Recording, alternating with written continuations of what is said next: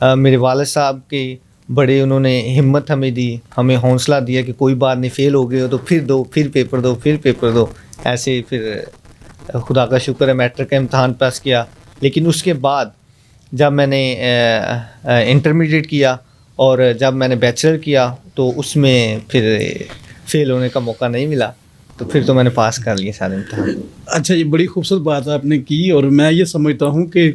ناکام ہونا یا فیل ہونا کوئی ایسی بات نہیں ہے جس پر نادم یا شرمندہ ہوا جائے. یہ یقیناً آپ کی زندگی میں ایک مائل سٹون ہوتا ہے, آپ کی زندگی میں ایک نئی جہد اور ایک نئی سٹرگل کے لیے یہ ایک سندیشہ ہوتا ہے, پیغام ہوتا ہے کہ آپ نے اپنی جو مشق ہے, اپنی جو پریکٹس ہے, اس کو چھوڑنا نہیں بلکہ اس کو جاری رکھنا ہے. اور میرا یہ ایمان ہے اس بات پہ کہ آپ کا ایک بار ناکام ہو جانا جو ہے وہ آپ کی ہمیشہ کی ناکامی نہیں ہوتا, بلکہ وہ کامیابی کی ایک سیڑھی بن جاتا ہے. تو اچھا, کوئی ایسی آپ کی شرارت جو ابھی تک آپ کے کزنز یا پیرنٹس یا کوئی دوست وغیرہ جو وہ آپ کو یاد دلاتے ہوں کہ جب آپ بہت چھوٹے تھے, 5 سال کے, 8 سال کے, 10 سال کے, تو آپ نے اس طرح کی کوئی شرارت کی تھی جو آج تک بھی یاد ہو؟ ہاں, یاد یہ ہے کہ ہم جب وہ وہاں گاؤں میں کروٹ کھیلتے ہیں نا, کروٹ یا بنٹے وہ کھیلتے تھے, تو میں پہلے ان کے ساتھ کھیلتا رہتا تھا. جب دیکھتا تھا کہ اب نہ ہارنے لگا ہوں تو اپنے کروٹ اور بنٹے اٹھا گھر بھاگ جاتا تھا. تو پھر وہ لڑکے میرے پیچھے آ جاتے تھے اور میری والدہ کو کہتے بھئی یہ پہلے کھیلتا ہے ہم سے, اور بعد میں جب یہ ہارنے لگتا ہے تو کروٹ اور بنٹے لے کر بھاگ جاتا ہے. تو یہ کافی, اور میں کافی کروٹ اور بنٹے جمع کیے ہوئے تھے, ایسے کھیلتے تھے, جب دیکھنا کہ نہیں اب ہار رہا ہوں اٹھا کے بھاگ جانا. تو باقی تو کالج کی ہیں, کالج میں بھی بس وہ ہمارے ادھر گاؤں سائڈ پہ چیما چلتا تھا, اس پہ جاتے تھے, دوستوں کے ساتھ شرارتیں کرنی, بس ایسے چلتا رہا پھر زندگی کا سفر. بالکل صحیح ہے. ناظرین, میں آپ کو بتاتا چلوں کہ نورانی خار صاحب ہمارے بہت ہی پیارے ہمارے بھائی ہیں, اور وہ ایک قومی سطح پر ایک نام اور پہچان رکھتے ہیں. بشپ ایس عالم خار صاحب ان کے صاحبزادے ہیں اور میتھوڈسٹ ساؤتھ ایشیا چرچ کے ایڈمنسٹریٹر ہیں. بشپ ایس عالم خار صاحب جو ہیں وہ ماڈریٹر بھی ہیں, چیئرمین بھی ہیں Methodist church south Asia Pakistan کے, اور نورانی خار صاحب جو ہیں وہ اسی چرچ کے ایڈمنسٹریٹر ہیں, اور ان کی خدمات کا جو دائرہ ہے وہ پورے پاکستان پر محیط ہے. نورانی خار صاحب, میں آپ سے چرچ کی فارمیشن اور چرچ کے جو انتظامات ہیں ان کے حوالے سے بات کرنا چاہتا ہوں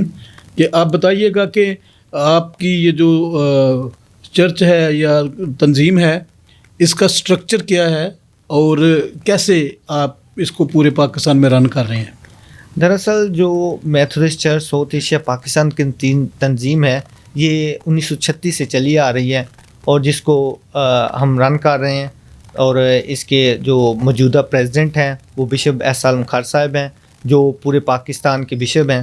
اور اس کا سارا انتظام وہی کر رہے ہیں. باقی ہمارے پادری صاحبان ہیں, ایڈمنسٹریٹرز ہیں, اور باقی ایلڈرز ہیں, ڈیکنز ہیں. اسی طرح پورا ایک سٹرکچر ہے جو پورے پاکستان میں Methodist church south Asia Pakistan کا ہے. تو یہ اس کو سارا فعال کرتے ہیں. تو نوجوان نسل بھی ہمارے کو کافی اس پہ ہم سیمینارز کرتے ہیں. جو لڑکیاں لڑکے غیر قوم میں شادی کرتے ہیں ان کے بارے میں سیمینارز ہم کرتے ہیں, اور بھی بڑے جو قومی مسئلے ہیں ان پہ ہمارا Methodist church south Asia Pakistan کے جو ممبران ہیں, جو ایڈمنسٹریٹرز ہیں, جو ڈیکنز ہیں, پاسٹرز ہیں, بشپز ہیں, وہ سارا اس کو بڑی اچھے طریقے سے اس کا انتظام کرتے ہیں. ناظرین, میں آپ کو یہ بات بتانا چاہتا ہوں کہ روبنسن آباد میاں چنو میں ایک گاؤں ہے جہاں سے نورانی خار صاحب کا تعلق ہے, اور عام طور پر جو گاؤں کے لوگ ہیں انہیں پتہ ہے کہ گاؤں میں جو ہے وہ ایک نمبرداری نظام ہوتا ہے. تو نورانی خار صاحب کے جو دادا جی تھے وہ اپنے گاؤں کے اور اپنے ایریا کے نمبردار بھی تھے. تو اس حوالے سے آپ کوئی بات کرنا چاہیں گے اپنے دادا جی کے حوالے سے، کیونکہ جو نمبردار ہوتا ہے ان کی بہت زیادہ ذمہ داریاں ہوتی ہیں، گاؤں کی پرے پنچایتیں بھی ان کے پاس آتی ہیں، تو آپ کو کوئی ایسا تجربہ ہو جس میں آپ نے کوئی ایسا فیصلہ دیکھا ہو آپ نے اپنے دادا جی کا، کہ جس میں آپ کو فخر محسوس ہوتا ہو کہ آپ نے کسی مظلوم کے لیے، کسی غریب کے لیے، کسی مستحق کے لیے آپ نے آواز اٹھائی اور اس کا حق اس کو لے کے دیا؟ جی بالکل، جو ہمارے دادا تھے وہ نمبردار تھے، چودھری نکا نمبردار ان کا نام تھا، اور ان کے بعد اب میرے تایا جی چودھری سلیم ضیاء نمبردار، وہ اب موجودہ نمبردار ہیں ربنسن آباد کے. تو خدا کا شکر ہے کہ ہمارے دادا جو وہ شریف آدمی تھے، وہ لوگوں سے معاملہ کوئی دے دیتا تھا تو لے لیتے تھے، نہیں دیتا تو شریف آدمی تھے وہ اپنی جیب سے بھر دیتے تھے کہ چلے کوئی بات نہیں. تو اسی طرح انہوں نے گاؤں میں بہت امن رکھا، امن اور سلامتی کے گوارا رہے کہ ہر کسی کو امن کی بات بتانا، لڑائی جھگڑے سے لوگوں کو دور کرنا. ان کی لڑائی کو کر کے آ جاتا تھا، ان کو تھانے پہ تھانے نہیں جانے دیتے تھے، کہتے تھے یار ادھر ہی بیٹھ کے بات کر لیتے ہیں، تو آپ تھانے یا کچہری کورٹ نہ جائیں، یہاں ہی ان کی صلح کروا دیتے تھے. تو آگے ہمارے نمبردار تایا جی ہیں، وہ بھی ان کا بھی ایسے سلسلہ، وہ بہت شریف آدمی ہیں، وہ بھی کسی کو تھانے کورٹ کچہری جانے نہیں دیتے. وہ کہتے ہیں یار ادھر ہی بیٹھ کے اپنا معاملات سارے طے کر لیں تاکہ اپنی قوم کو کوئی ایسا نقصان نہ ہو جس سے ہمارے لوگوں کا پیسہ اور وقت ضائع ہو. جی نورانی خان صاحب، آپ لاء کی تعلیم بھی حاصل کر رہے ہیں، تو اس کے بارے میں بتانا چاہیں گے کہ آپ کو کیسے انسپریشن ہوئی اور کیسے آپ نے یہ سمجھا کہ مجھے قانون کی جو تعلیم ہے وہ حاصل کرنا ضروری ہے؟ دراصل چور صاحب لاء اس لیے کر رہا ہوں، ہمیں ضرورت تو نہیں ہے کیونکہ میں نے سیمینری کی ہوئی ہے، آگے ہمیں اپنے چرچ میں ہی کام کرنا ہے، لیکن میں نے LLB اس لیے اسٹارٹ کی کہ اپنی قوم کے لیے، صرف اپنی قوم کے لیے وکیل بن رہا ہوں کہ اپنی قوم کے کوئی بھی ایسے مسائل ہوں جو ایک عام وکیل یا ایک عام انسان نہیں کر سکتا، وہ اپنی قوم کے لیے کروں تاکہ اپنی قوم کا نام روشن کر سکوں. کیونکہ اکثر آپ دیکھتے ہیں کہ ہمارے مذہبی مسائل ہو جاتے ہیں جس میں کوئی بھی وکیل ہے وہ کہتا ہے نہیں جی میں نہیں آپ کا کیس لڑ سکتا، کیونکہ ان کے اوپر پریشر ڈال دیتے ہیں لوگ. تو میں اس لیے بن رہا ہوں کہ اگر ہمارا کوئی مذہبی یا کوئی ایسا معاملہ ہو جائے تو میں خود ادھر کھڑا ہو کے لڑوں. پریکٹس تو چلے کرنی یا نہیں ہے، لیکن اپنی قوم کے لیے پریکٹس کروں LLB کر کے.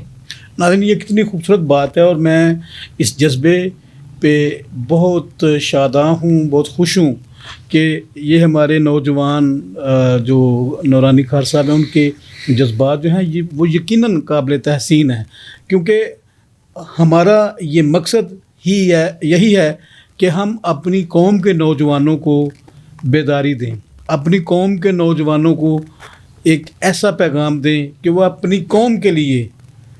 اپنے لوگوں کے لیے انصاف کے لیے آواز بلند کر سکیں، ان کے حقوق کا تحفظ کر سکیں، انہیں وہ اپنی شناخت دے سکیں، اپنے لوگوں کے لیے آواز بلند کریں اور انہیں انصاف لے کے دینے میں اپنا مؤثر کردار ادا کریں. نورانی خان صاحب، کوئی ایسی بات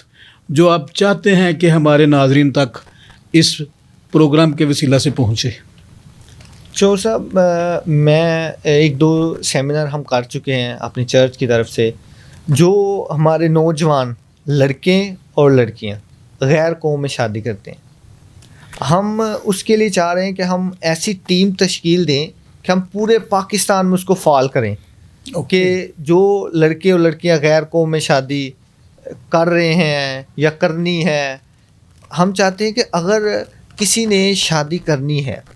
کسی نے اپنا کوئی بھی ریلیشن کسی سے لڑکے نے یا لڑکی نے بنانا ہے، تو وہ اپنے ہی مذہب میں رہ کے بنائے، نہ کہ دوسرے مذہب میں. میں یہ نہیں کہتا کہ یہ تو ازل سے چلا آ رہا ہے کام، یہ تو لوگ کرتے ہیں، ہم منع بھی کریں گے، ہم روک نہیں سکتے، لیکن میں کہتا ہوں اپنے مذہب کے ادارے میں رہ کے کریں، نہ کہ دوسرے مذہب میں کریں. بالکل صحیح. تو اگر کوئی لڑکا یا لڑکی کوئی اگر لو میرج کرنا چاہتا ہے یا کچھ بھی کرنا چاہتا ہے تو وہ اپنے مذہب کے ادارے میں رہے، نہ کہ دوسرے مذہب میں جائے یا کوئی لڑکی ہے وہ دوسرے مذہب میں جائے یا کوئی لڑکا دوسرے مذہب میں جا کے شادی کر لیتے ہیں. آپ نے دیکھا ہوگا کہ اکثر لڑکے لڑکیاں شادی کرتے ہیں تو وہ دوسرے مذہب میں شامل ہو جاتے ہیں, اپنے مذہب میں نہیں ہوتے. کہ اگر آپ ادھر سے لے آئے ہیں لڑکی تو اپنے مذہب میں رہ کے اس کی شادی کروا لیں, ایسے نہیں کرتے. میں چاہتا ہوں کہ اگر کسی نے کرنی ہے شادی, لو میرج کرنی ہے, تو وہ اپنے مذہب کے ادارے میں رہے, تاکہ ہماری قوم کا ایسا کوئی نقصان نہ ہو, تاکہ ہماری آنے والی نسل بھی اسی کسی چیز کا شکار ہے. اب بہت سے لوگوں نے ایسی شادی کی ہوئی ہے, لیکن ان کے لیے, ان کے بچوں کے لیے, ان کی نسل کے لیے وہ نقصان دہ ہے. تو میں چاہتا ہوں کہ آئندہ جو آنے والی نسل ہے وہ اس چیز کا شکار نہ ہو کہ ان کے والدہ کوئی اور ہو, والد کوئی اور ہو, اور ان کا میچ اپ صحیح نہیں ہوتا پھر. تو جی ناظرین, یہ بڑی خوبصورت اور بڑی اہم بات جو ہے وہ نورانی خار صاحب نے کی ہے, اور یقیناً میں اس بات کے لیے انہیں اپریشیٹ کرتا ہوں, اور اپنے ان تمام نوجوانوں کو یہ پیغام دینا چاہتا ہوں اپنے بہاف پہ, نورانی خار صاحب کے بہاف پہ, کہ ہمارے وہ بچیاں بچے جو گمراہ ہو جاتے ہیں وہ نہ صرف اپنے لیے, اپنے خاندان کے لیے مصیبت لے کے آتے ہیں, بلکہ وہ اپنی پوری قوم کے لیے مصیبت کا باعث بن جاتے ہیں. ہم نے بہت سے ایسے مقدمات جو ہیں وہ دیکھے ہیں اور جیلے بھی ہیں کہ اگر کسی مسلمان لڑکے نے کسی کرسچن لڑکی سے شادی کر لی ہے تو وہ قابل قبول ہے, پر اگر خدا نخواستہ کسی مسلمان لڑکی کے ساتھ کسی مسیحی لڑکے نے شادی کر لی ہے تو یقین جانیں کہ اس کا خمیازہ جو ہے نہ صرف لڑکے کو, لڑکی کو بھگتنا پڑا, نہ صرف ان کے خاندانوں کو بھگتنا پڑا, بلکہ پوری آبادی اور پورا گاؤں جو ہے وہ جلا دیا گیا ہے. تو میں ایک نوجوان کے منہ سے یہ پیغام سن کے بہت زیادہ انسپائر ہوا ہوں, اور اپنے ان تمام نوجوان بیٹوں بیٹیوں کو یہ گزارش کرتا ہوں کہ آپ کی ایک چھوٹی سی کوتاہی, چھوٹی سی غلطی, دیکھیں شادی کرنا ہر کسی کا رائٹ ہے, محبت کرنا ہر کسی کا رائٹ ہے, لیکن یہ دونوں کام کرنے سے پہلے آپ اپنے ذہن میں یہ ضرور رکھیں کہ آپ کی یہ حرکت یا آپ کا یہ عمل جو ہے وہ آپ کے لیے, آپ کے خاندان کے لیے اور آپ کی قوم کے لیے خدا نخواستہ مصیبت کا اور کسی بہت بڑی قیامت کا سبب نہ بن سکے. کیونکہ جب لوگوں کے گھروں کو جلایا جاتا ہے تو ان کے لیے قیامت کا ماحول جو ہے وہ برپا ہو جاتا ہے. سو ان چیزوں سے اوائڈ کریں, اپنے ایمان کو تازہ رکھیں, اپنے جو ہم مذہب لوگ ہیں ان میں اپنے ازواج جو ہیں وہ تلاش کریں, ان میں سے اپنے ساتھی تلاش کریں, اپنے لیے, اپنے خاندان کے لیے, اپنی قوم کے لیے خوشی اور فخر کا سبب بنیں. نورانی خار صاحب, آپ کا اس پروگرام میں آنا ہمارے لیے خوشی اور فخر کی بات ہے, اور ہم آپ کے شکر گزار ہیں کہ آپ نے ہماری دعوت کو قبول کیا اور اتنا لمبا سفر طے کر کے آپ آئے. ہم اس بات کے لیے آپ کے شکر گزار ہیں, اور ہم یہ توقع بھی کرتے ہیں اور خواہش بھی رکھتے ہیں کہ آپ آئندہ بھی آتے رہیں, تاکہ ہمارے ناظرین تک آپ کی جو اچھی باتیں ہیں, آپ کا جو پیغام ہے وہ پہنچتا رہے, اور ہمارے ناظرین جو ہے آپ کے پیغام سے برکت اور انسپریشن حاصل کرتے رہیں. آپ کی آمد کا بہت بہت شکریہ. Thank you Joseph, thank you Joseph. جی ناظرین, ہمارے آج کے پروگرام کا دورانیہ ختم ہوتا ہے. اگلے پروگرام میں نئی مہمان شخصیت کے ساتھ دوبارہ حاضر ہوں گے.